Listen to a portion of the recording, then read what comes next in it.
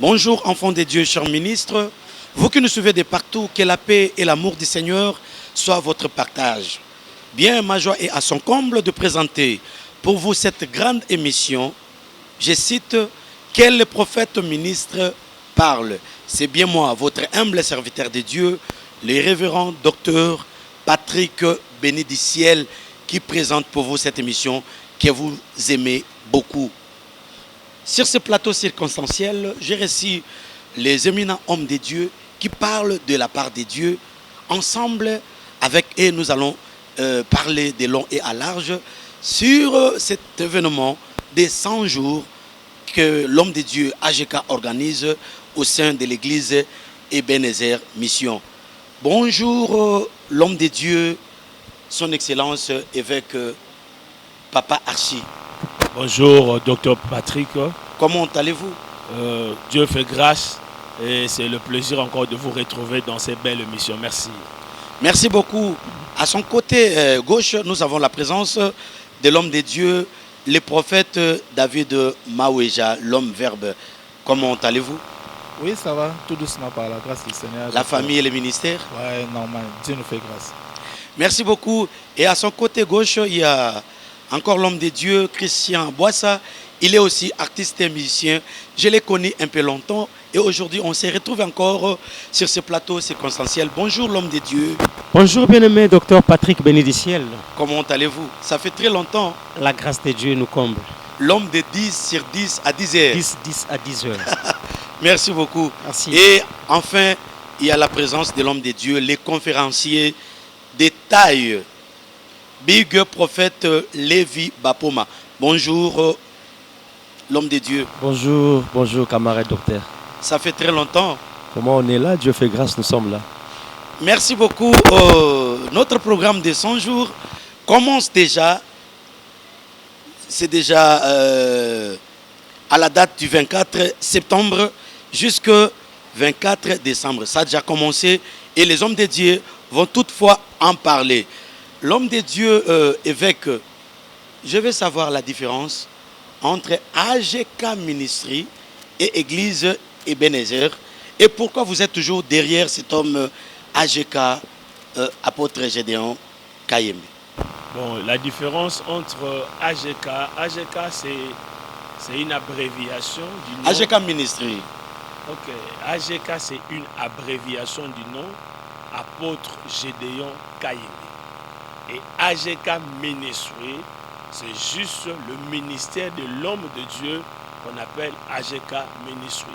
Et l'église Ebenezer. Donc l'église Ebenezer, c'est une église, une communauté, un rassemblement, une église locale qui a une adresse dont les enfants de Dieu viennent pour se retrouver. Et je tiens à vous répondre par rapport à la question pourquoi vous êtes toujours attaché dans AGK Ministry. Je le suis et je le serai parce que nous sommes là pour apporter aussi une pierre de plus par rapport à ce travail. Et c'est un travail de taille qui regorge un grand nombre de serviteurs de Dieu dans la ville, dans la capitale et dans les extérieurs. Et nous faisons partie et nous sommes là ensemble et nous serons là. Disent que la mort nous sépare ou Dieu permet, mais nous sommes là pour soutenir la vision. C'est comme un Aaron qui interprète le bégaiement de Moïse. C'est comme une femme qui dévoile le nom de l'époux qui écrit sur sa cuisse.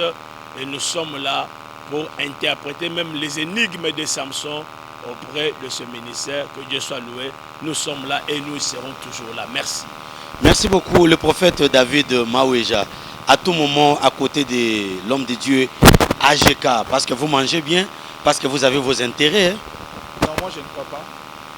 Moi je ne crois pas. Je crois que quand Dieu vous donne quelqu'un, c'est pour la naissance d'une destinée qu'il a taillée.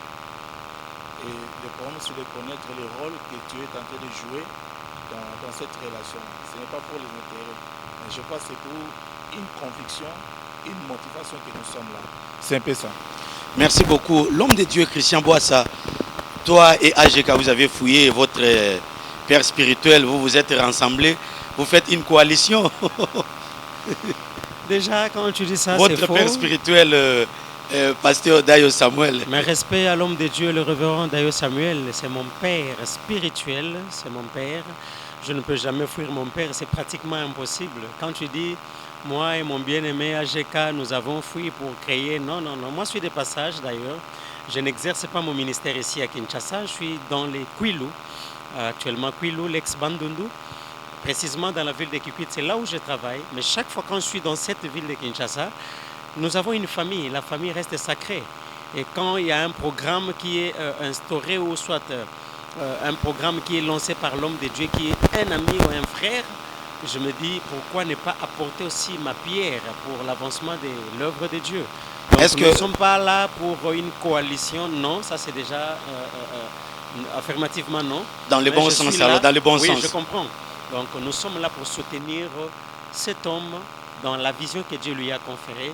Et nous sommes là pour ajouter notre pierre à l'avancement de l'œuvre de Dieu. Est-ce que depuis que vous êtes déjà de retour à Kinshasa, aviez-vous visité l'homme de Dieu?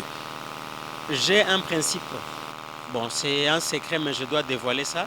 Je ne rends pas visite à mon père spirituel même réduit. Je ne le fais pas. Donc il faut que j'ai une offrande de marque de qualité par rapport à sa qualité aussi. Avant de rentrer, je pars, je le vois, je le dépose mon offrande et il m'impose les mains, il déclare sur moi et je pars. Donc, mais il faut toujours y aller parce que la présence est tellement nécessaire. L'homme de Dieu, le prophète Big Levi Bapoma, déjà nous entrons au vif de notre sujet. Pourquoi 100 jours de prière? Pourquoi 100 jours de prière? Moïse en a fait 40 jours devant la présence de Dieu quand il a reçu la table de la loi. Et après avoir cassé cela, sous sa colère, il retourne encore. Il a fait 40 jours, ça fait 80 jours. Esther en a fait 3 jours. Daniel, 21 jours. Les gens de Ninive, 3 jours. Pourquoi AGK veut faire plus que même Jésus-Christ qui en avait fait 40 jours, lui 100 jours? D'ailleurs, c'est un suiviste. Ou bien comment? Parce que Maman Malène, la Londi, en a déjà fait ici à Kinshasa. Moi, je suis très content, bien aimé. Je vais juste vous répondre que la façon dont l'homme de Dieu a conçu sa vision, c'est différent vers les autres. La vision, ça vient de Dieu. Et moi, je vous dirais pourquoi 100 jours par rapport à la question. Vous savez, Abraham avait agendé Isaac à l'âge de 100 ans.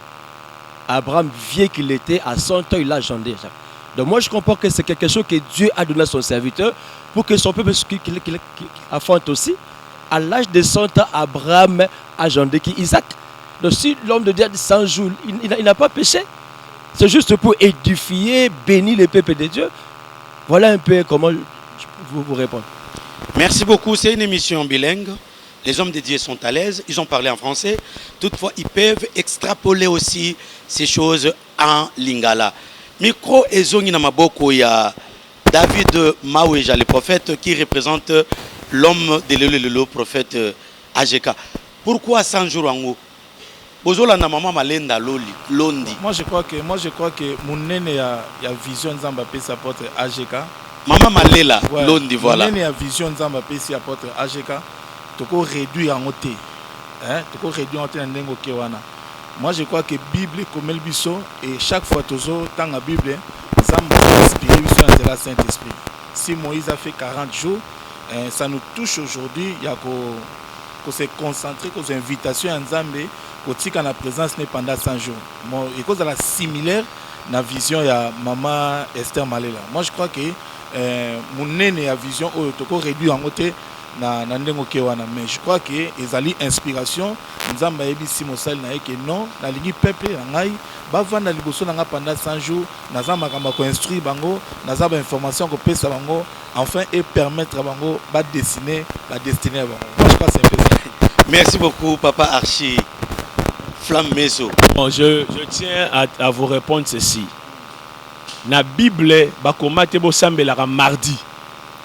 Na Bible, bakomate bo sambelaka vendredi. Il faut bateau, bazala mayele. Prier mardi, prier vendredi, ce sont des jours conventionnés.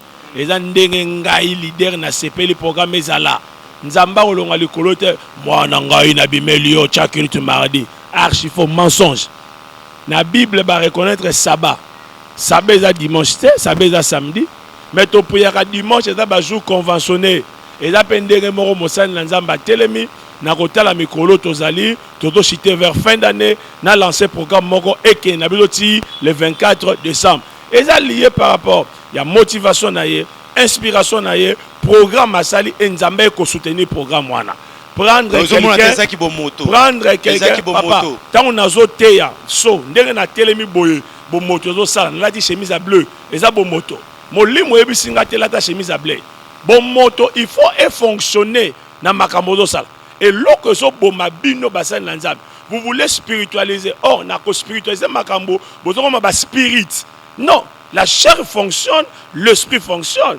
Et raison ma casse d'amboko, bapeso 1 minute à roter, ok 3 minutes, tu es capable de gérer l'esprit. Bon, loin de là de placer la personne. Je ne veux pas qu'on cite le nom de quelqu'un en scellé comme une référence. Non, c'est un programme, c'est une inspiration venant de l'homme de Dieu lui-même.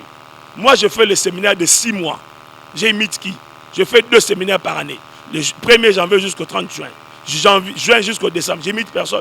Il n'y a pas de référence à suivre X, Y, non. C'est un programme de l'homme de Dieu. Il a dit, je commence un programme le 24 pour jeter le 24 décembre. Par rapport à ces mois-ci, comme l'année termine, nous clôturons en beauté. Et en plus, moi, trimestre à Souka, l'ennemi s'élève pour détruire des familles, pour détruire des vies. Mieux vaut un peuple nazo kamba, na protéger bon dans la cargoua dans la prière. C'est simple, c'est simple. Il n'y a pas de référence d'une personne. Je le dis, c'est un programme qui vient de lui, inspiré de lui, dirigé par lui, et Dieu appuie ce programme. 1 Samuel 10:6, fais ce que tu trouveras à faire, car moi l'Éternel, je suis avec toi. Quand il a donné un problème, Dieu approuve cela. Merci, donc, merci beaucoup, pasteur Christian. On est pour terroriser le peuple de Dieu 100 jours, parce que tu es en décembre, babanga, liwa, accident, esprit de mort. Premièrement, je veux répondre, merci pour la parole. Tant que tu terroriser ou bien babanga, esprit de mort, esprit de quoi que ce soit, déjà c'est faux. Un chrétien où il a bien formé a dit que la mort c'est un gain. Tu banga ngotin, tu sala pe prière te poto kimi saliwa. Non. Liwa ezalaka kaka. Mutu nyonso akokufa kaka. So ozomona mutu azo vivre soka bandi ko sala makambo po azo banga liwa azo beta à côté. Pourquoi? Parce que nous sommes morts en Jésus-Christ. Tu vois déjà le quoi naze bembe na ko banga so liwa ta na kufa na Yesu pe na sekwa na ye. Liwa est comme gain pour moi. Pour ngai na ko sala séminaire te keto banga esprit de mort yango to sali séminaire. Non. Nous faisons seulement tout ndenge mosal nzamba otiko lobande basal nzamba bazo balancer bazo loba. C'est un programme qui est inspiré par Dieu. Pas par rapport à eloko moko zo bangisa. Non. Tona mutu to bangate, to zane eloko pe to zo bangate. Mais quand Dieu inspire, na zongi mbangu na maloba mosal nzambe, nzoto ezo travailler na molimo. Mais molimo akofanda wapi na kata nzoto ti. Soki nzoto azana mayele te, molimo osala nini? C'est molimo ndeso azoya ko amplifier eloko nzoto alobi. Neti ya watana alobi, mosala nzambe menalati lamba ya noir par exemple. Ce n'est pas nécessairement molimo mutayibsinga. Na lati yango e molimo santo akosunganga na onga na sali. Donc, ce n'est pas qu'on est en train de terroriser le peuple de Dieu. D'abord, la Bible dit prier sans cesse. Quand on dit prier sans cesse, elinge lobaka teke to banda ko sambela banda tongo ti pokwa nako zona pe banda lelo ti nazo sambela nanga. Selon ndenge nzamba kambinga pour un programme bien déterminé. Nous sommes venus uniquement pour représenter l'homme de Dieu par rapport à sa vision et soutenir cette vision. Vision na eza ke to sambela. Et au beau sanate na ba période on est au dernier trimestre. Dans dernier trimestre, le diable aussi a une stratégie. Et nous, en tant que Batamolimo, il faut qu'on ait déjà anticiper, qu'on kanga, qu'on bébi sa makambo, diable a préparé. Quand Dieu révèle, il donne tous les atouts possibles pour que il y a Satan et que matin mais peuple nanzambe ba kota na ne asika nankembo mususu. Et n'oubliez pas que année tozo côté ça badena.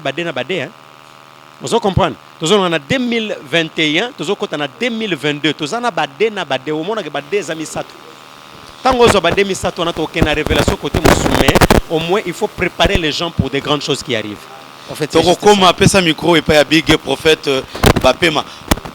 Donc au moment quand en décembre ndé batwazo accentuer ba prière, mais na ba moi mususu malili. Pourquoi ça? Bon, moi je vais vous répondre normalement ezabongote. Et donc tu sais ce que na babar ba fonctionne chaque jour. nanu bozwa vocabulaire te bocho na babar.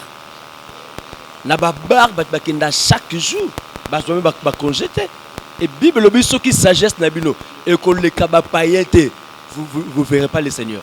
C'est que ceux qui bon bazo kende chaque jour, surtout ça la plus que bango. Jésus ebisi ba porte vous alawana. Jusqu'à ce que vous allez recevoir. Christ n'a pas donné le temps, le moment, les années. Il devait rester là.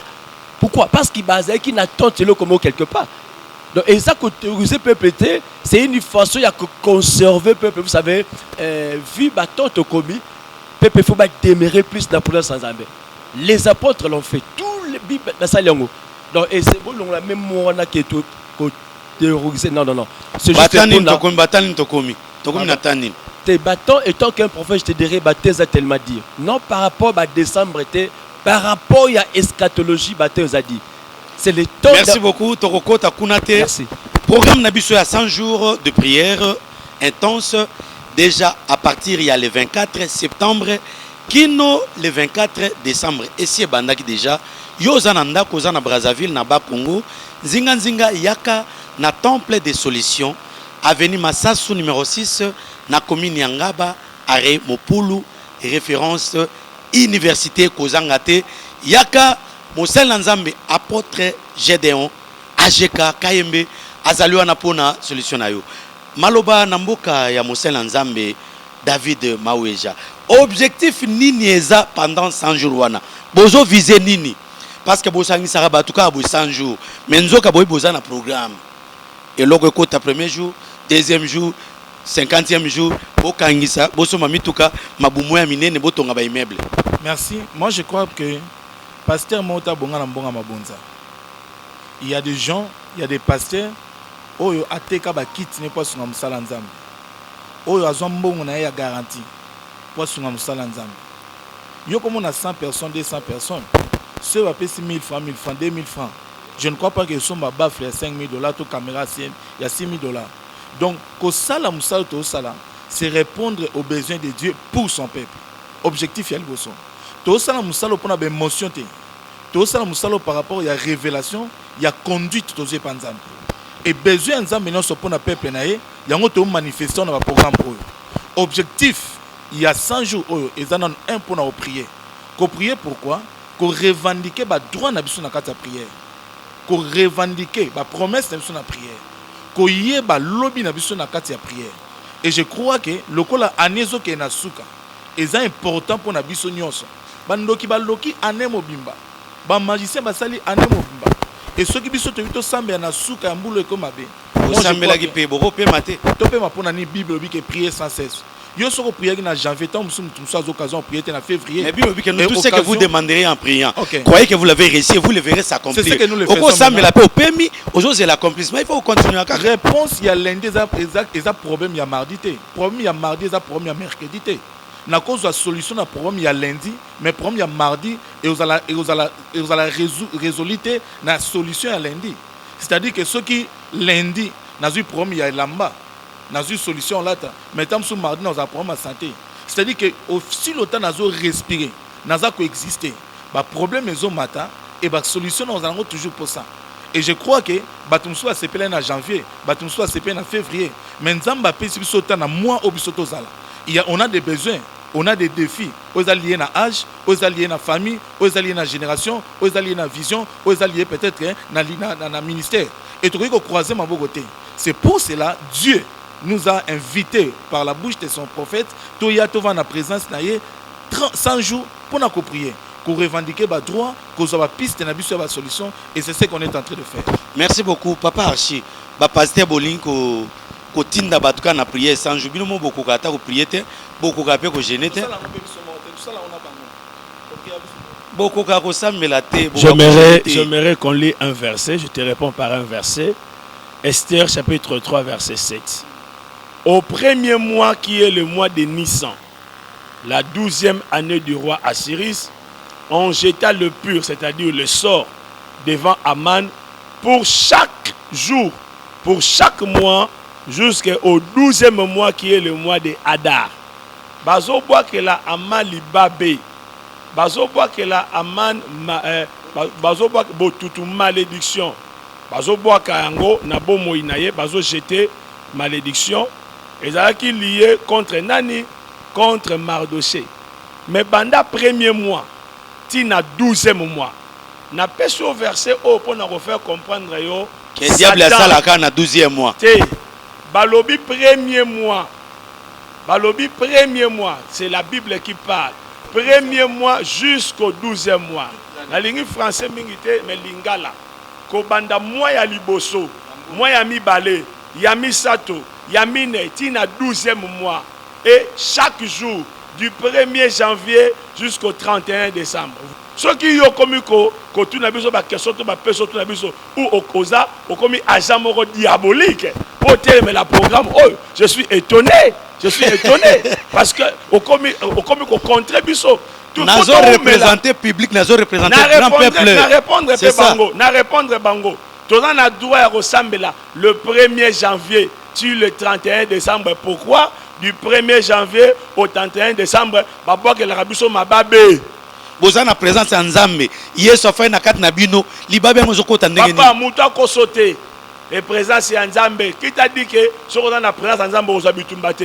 Apocalypse 2:20. La Bible dit le diable jettera quelques-uns parmi vous en prison. On parle d'église de 6000. On parle pas de païens. Un païen, on ne peut pas le combattre. Il est déjà dans la case du diable. On combat l'enfant de Dieu pour aller à la case Nzamba comme à la case Molili. Mais tout la présence en Nzambe, combat n'a été contre Yango. Nous dessinons notre futur par la prière. Merci beaucoup par la prière. Pasteur Christian, si vous êtes en Christ, vous êtes devenu une nouvelle créature. Les choses anciennes sont passées. Voici toutes choses sont devenues nouvelles. Vous prier pour Nanine.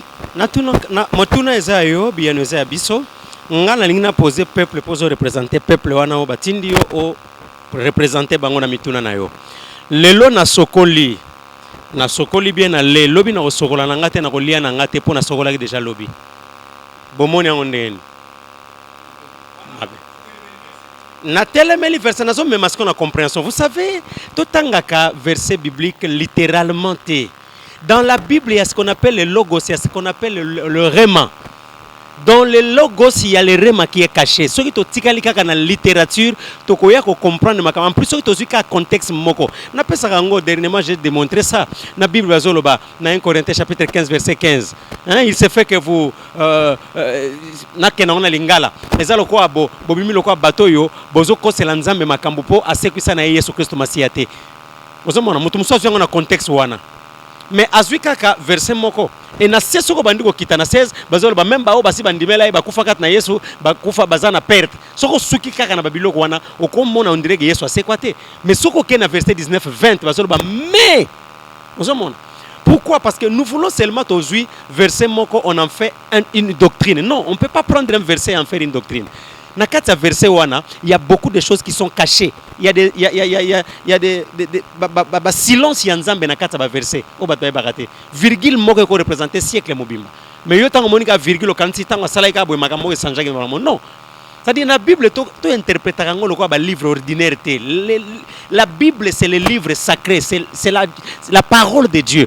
Donc tant que toutes choses sont passées, il est devenu une nouvelle créature. Na comme une nouvelle créature, c'est bien, mais il faut entretenir marche nanga nouvelle créature. L'homme de Dieu, prophète Big Lévi.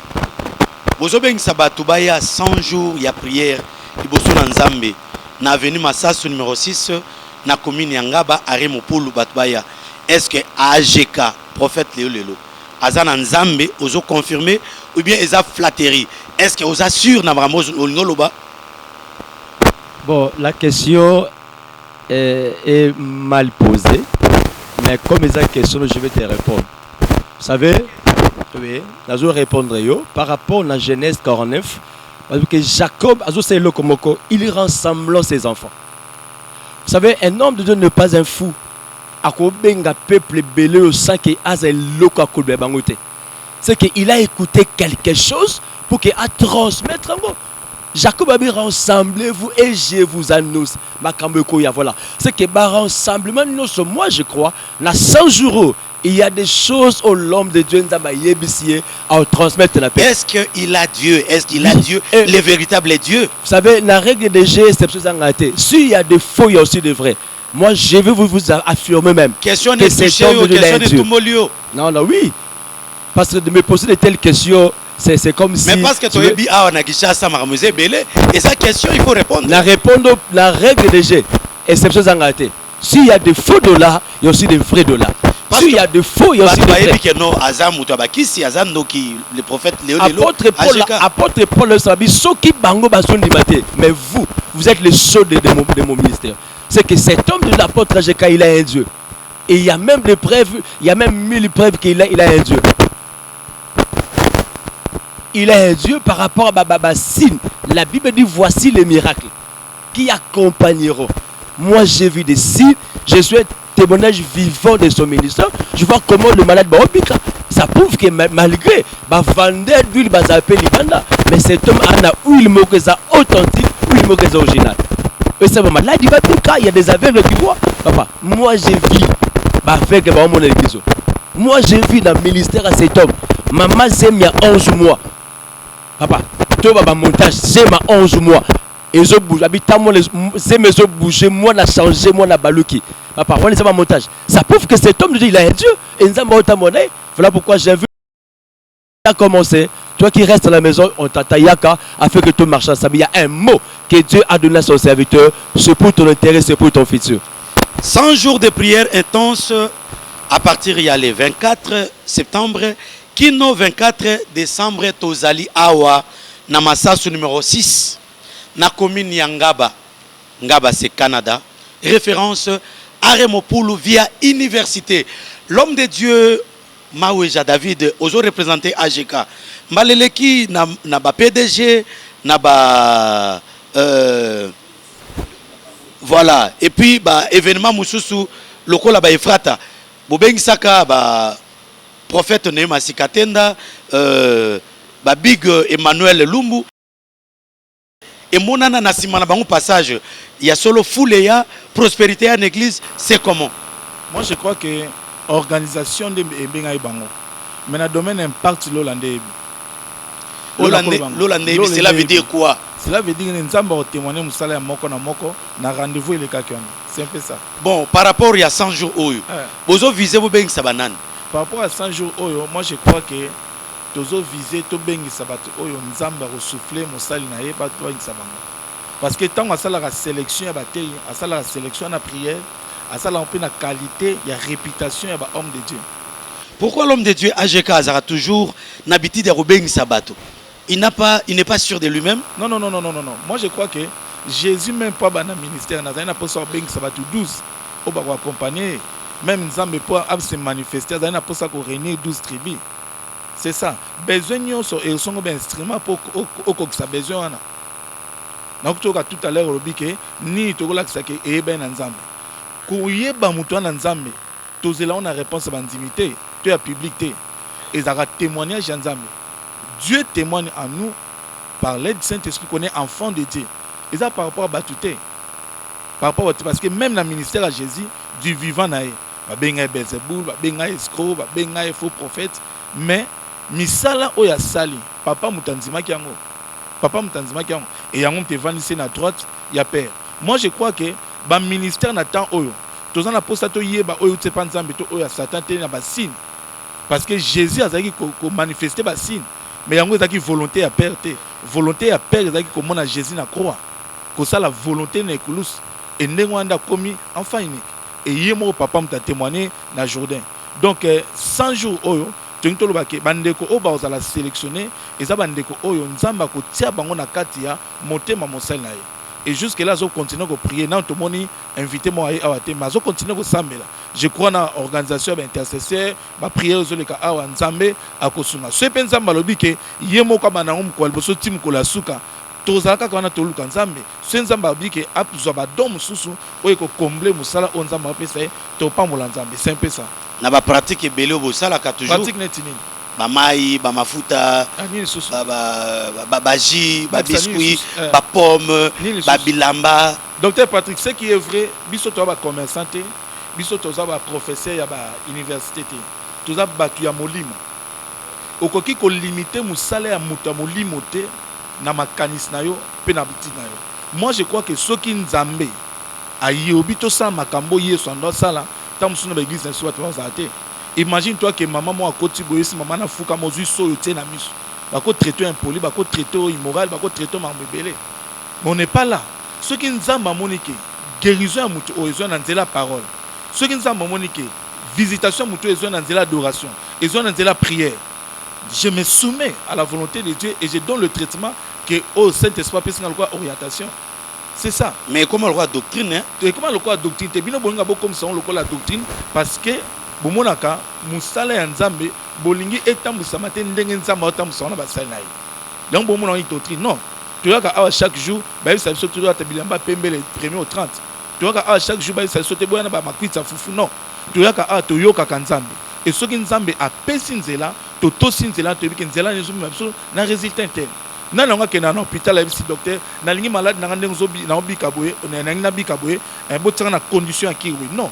Au yoka docteur. Par rapport à Zemioza et au Sopazemi. Mais pour ébattre la moine et battre la yo, au Melakiso. Moi je crois qu'il y a multiples problèmes. Tous en a 100 bandits, on a 100 problèmes. On a 100 esprits, il faut chasser. Esprit, nous avons discipline, il faut payer ça. On a traitement, il faut payer ça pour que à mon la libérer. Et ceux qui nous ont préféré, que la fin d'année, tous qui est déjà, tous en a prié à 100 jours. Nous avons dit que pendant 100 jours, il y a des éléments, il y a des piqûres, il y a des traitements à équiper serviteurs pour que à délivrer le peuple. Merci beaucoup. Namoni papa aussi azotomboka azoganga mingi azana biloko ya koloba. Pesi le nanga micro nangina yeba nanu thème oyo bopesi dessine ton futur par la prière. Est-ce que mondimi ya ko dessiner futur bino moko ba pasteur pona nini te ko matina ngomba boke ko sambela kuna après via batu ezali dessiner. Bozotinda bana mike oyo bayebi nanu nzambe te baza na dimension te bakoma ko dessiner futur na bango lokwa bo générateur lokwa bo prière te nde bo bité boyaka bo bondela. Bon, je tiens à vous répondre et là que na mati non je crois na kitakasi te mata Luc 18 verset 1er Bible dit Jésus leur adressa une parabole pour montrer qu'il faut toujours prier et ne point se relâcher. Jésus a Nzambe, adola que prier. Jésus a Nzambe, ba verset de Belake nango bako sambela. Il est Dieu mais il partait prier. La prière est un impact, la prière est un pouvoir, la prière est une efficacité na bon moyen chrétien. Et quand on donne un thème balobi, dessine ton futur par la prière.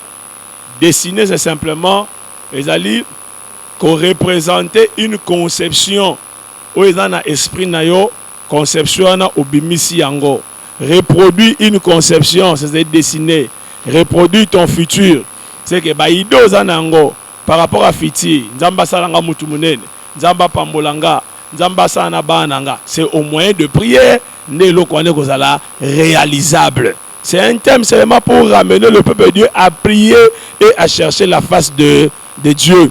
Babi, l'inférieur est béni par les supérieurs. Pourquoi supérieur à celle maramnios tout est inférieur à Kangi Maboko? C'est ça. Supérieur à Sali Makambunyo Sote. Qui vous appelez supérieur et qui vous appelez inférieur? Le pasteur AGK, prophète Léo Lélo. C'est ça. C'est celui qui est supérieur. Okay. Il doit prier pour les peuples comme Moïse. Abane comme Mantana montagne. Peuple bavand, c'est le résultat, c'est ça. Papa, Mosal Nanzambe a rekosambe la peau na yo bien. Mais yo moko libota il faut yeba origine na yo. Il faut yeba famille na yo. Il faut yeba problème na yo. Jésus azanzambe na peso ba verset mi balé. A tout nous muta malade. Veux-tu être guéri? L'homme qui souffrait 38 ans. Jésus il est omniscient. Ayebi ke muta na zobela et a retourné sous vêtu être guéri. Et en plus a couché wap. Pembe na piscine là il y a les malades. C'est ça au monde a été malade. Le que nous devons nous aussi enfants de Dieu exprimer nos problèmes au moyen de la prière. Un homme a mené, moi n'est pas ma porte va guérir. Mais cet homme est en train de dire à Jésus, moi n'anga so molu monsieur et bon à na mai. Moi n'anga so molu monsieur et bon à na mo. Dieu a tourné et bandio ça ça fait combien de temps? Il est Dieu, il connaissait. Mais pourquoi il a demandé combien de temps? C'est on m'a dit depuis son enfance. C'est simplement pour dire, Nzamba ibi makamna biso, mais à cause ça la tête ibi makamna biso, mais Nzamba cause ça quand il voit ta foi s'exprimer au moyen de la prière, Au moyen de la prière, na moni papa Maweja zana moi et ya nomoko alinga pesa papa motuna. Na linga na compléter na oyo Archa lobby, ndengo lobby que tout ce thème il y a dessine ton futur. Moi je par la prière. Par la prière. Vision et de rapport à visionnaire. Vision et de rapport à peuple. Le coup la vision et de rapport à peuple. Nzambe alingi dessin un lobby où il y a quatre esprits na bango. Na ba ambition, na ba projet, ba manifester en on commun yango na prière. OK, pesanga micro et pas ya papa Christian Bassa. Bible zolba, tu ne sais pas ce qu'un jour peut enfanter. Cela veut dire biso to monaka lelo. C'est le jour qui enfante. Ndenge nini yo ko dessiner futur na yo mondimi. Nzoka nde Bible zolba que non. Dans le cœur de l'homme, il y a plusieurs projets, mais c'est le dessein de Dieu qui s'accomplit. Donc, à toi dessiner ça, le dessein de Dieu, n'est qu'à makamu. En fait, n'oubliez pas qu'il y a la part de Dieu et la part de l'homme. Nzambe agopesa yo révélation agopesa yo maya goya kokitate po ya nigo na mukongo. Ezalaka te. Tu vois? Nzamba agopesa yo, mais tu as aussi ta part de responsabilité.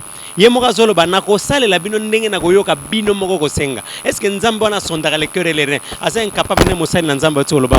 Est-ce que c'est incapable? Ya koyeba déjà que likamuno ezabo eko semble à notre moko bika. Non. Mais quand Dieu permet ça, c'est parce qu'il veut que nous puissions dessiner.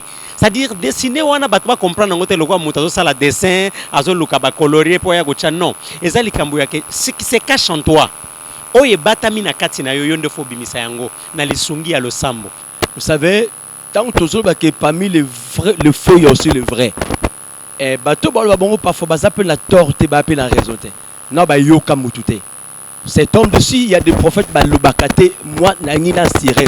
Il y a des prophètes qui ont la mâchoire, qui ont la connaissance. Et cet homme, il vient de prêcher dans une conférence des pasteurs chez moi dans l'église. Il a impacté les pasteurs, vous allez voir les images. Vous savez, Nzambe azakasu nangombate. Oyebi lipo bezani. Ntango Nzamba sali mutu atene Eden. Nzamba zoe kotala mutu le matin le soir. Muta sumuki Nzamba longwe na Eden akena ngomba. Et il était là, ntango Moïse a matin ngomba et le salami. A okitana des tablettes basali vodo. Moïse là, il a bouki des tablettes voilà. Nzamba longwe na ngomba akena arche. Et bisi Moïse au kosa la arche. Na ozasu na ngomba te. Moïse sali arche. Mais Nzamba a remarqué ba Philistin ba oboto ka arche. Zabitete na koza suna arche. Salomon salanga temple. Salomon sali temple Shekine kiti. Mais Nzamba a remarqué bazu ba intensile. Oh il va saki la carte sa temple roi mukola fête à saboter. Nzamba non. Nzamba géré. Maintenant le Seigneur sous ses akimoko afanda kat na batu. Merci beaucoup en tout cas le bananga sugezaka ke bosa la confiance pas Nzambe pe bosa la confiance pas basali naye et tant bokoya bozala désuite ngomba ya solo nde losambo. Venez, vous ne serez pas déçus. Prophète David Maweja, mot de la fin. Nabexi bande konyoso ya basi ya mibali tokutana na programme o Nzamba pambola bino. Merci. Merci beaucoup papa Archie, mot de la fin. Mot de la fin.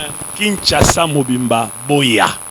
Na bengisi bino Lukunga, Chango, Funa, Moamba. Boya adresse za moko Masasu numéro 6. Ozobela Okobik. Okangami Okola délivré. Ngolo na Nzambe za likonao. Merci. Merci beaucoup. C'est commence bien, finit bien.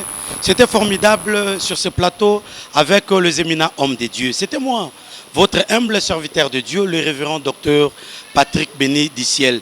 Je vous rappelle, les invités de ce soir étaient l'homme de Dieu, Papa Archevêque Flammesso, qui a bien répondu à toutes les questions.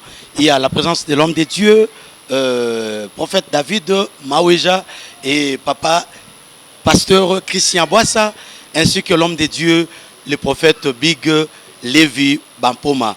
Ça commence bien, finit bien. Je tiens à remercier toute l'équipe. Je cite Fiston Kanza, Misapi et Zanga Lipasa, Zambé, Diatila, ainsi que les jeunes braves qui sont tous derrière les caméras. Je salue les réalisateurs, ils s'appellent 7. Je salue mon petit Benji Bopetti, garçon frère, patient, Evelyne Lauriane Diciel, mon ami privé Edimbo et Yves Massoud, ainsi que maman Déborah Bilombo, na pesi mote na maman Peggy, na salon monene où ezali na flambeau, salon, la main d'or de maman Peggy. Si l'avènement de notre Seigneur Jésus-Christ intervient cette nuit, nous allons monter à la rencontre de l'époux. Si cette émission vous a plu, veuillez remercier les concepteurs que j'appelle AGK, prophète Léo Lelo. Bye bye. Ciao.